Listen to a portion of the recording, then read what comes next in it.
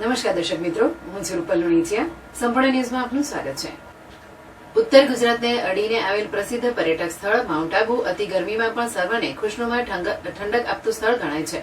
ત્યારે અહીંના વેપારીઓ મે માસમાં પર્યટકોથી ઉભરાવાની આશાએ સંપૂર્ણ તૈયારી કરી રહેલ છે.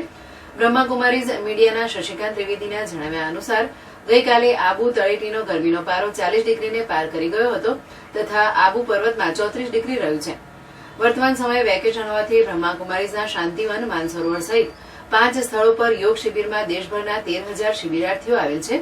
જેઓને માઉન્ટ આબુમાં નક્કી લેક, યશ પાર્ક, ઓમ શાંતિ ભવન, જ્ઞાન સરોવર ખાતે મુલાકાત વખતે શાંતિ સાથે શીતળ ઠંડીનો અહેસાસ કર્યો હતો.